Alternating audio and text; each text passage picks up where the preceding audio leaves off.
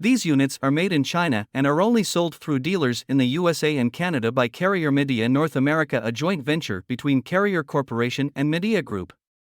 All of the units have a durable powder coat finish on the outdoor units to keep the units looking good for many years, and they are backed by a very good guarantee.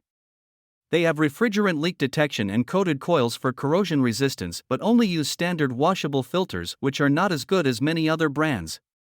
The brand offers a very good warranty, but it does not include unit replacement in case of compressor failure within the warranty period.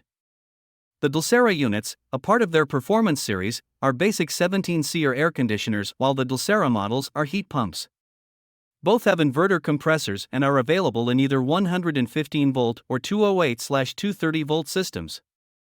They are both very quiet, with indoor noise levels less than a whisper and outdoor levels equivalent to the hum from a refrigerator.